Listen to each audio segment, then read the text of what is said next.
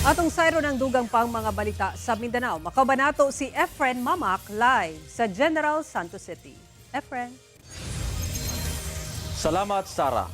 Patay ang usa ka 1-year-old nga baby girl human matrap sa nasunog nga balay sa Parang Maguindanao del Norte.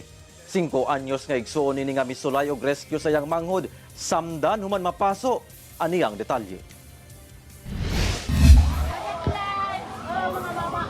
Nangalisang kini mga residente human gilamoy sa kalayo kining usa ka panimalay nga nahimutang sa 20 square meters nga luna sa Barangay Poblacion 2, Parang Maguindanao del Norte pasado alas 9 sa buntag adlawng Miyerkules. Napakgang kini human ang pipila ka minutos sa tabang sa BFP ug sa mga residente apan atul sa pagsusi sa nasunog nga balay.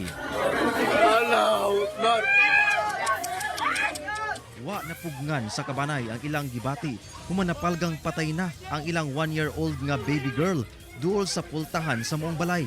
So, nasa pintuan talaga yung bata. Kaso lang mayroong ang harang. Ginilagyan nila ng harang para hindi siya makalabas, mahulog. Matod sa BFP, samdan sab ang 5 anyos nga igsuon ni ini human mapaso sa sunog.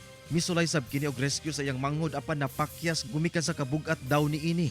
Yung tinanong ko yung kuya, gitry niya daw na kunin yung kapatid niya kasi rin ilo na kaya kasi sobrado kabigat. Nahitabo matud pang insidente, yang miadto sa palengke ang lolang nga nagbantay sa mga bata aron mo palit og gatas.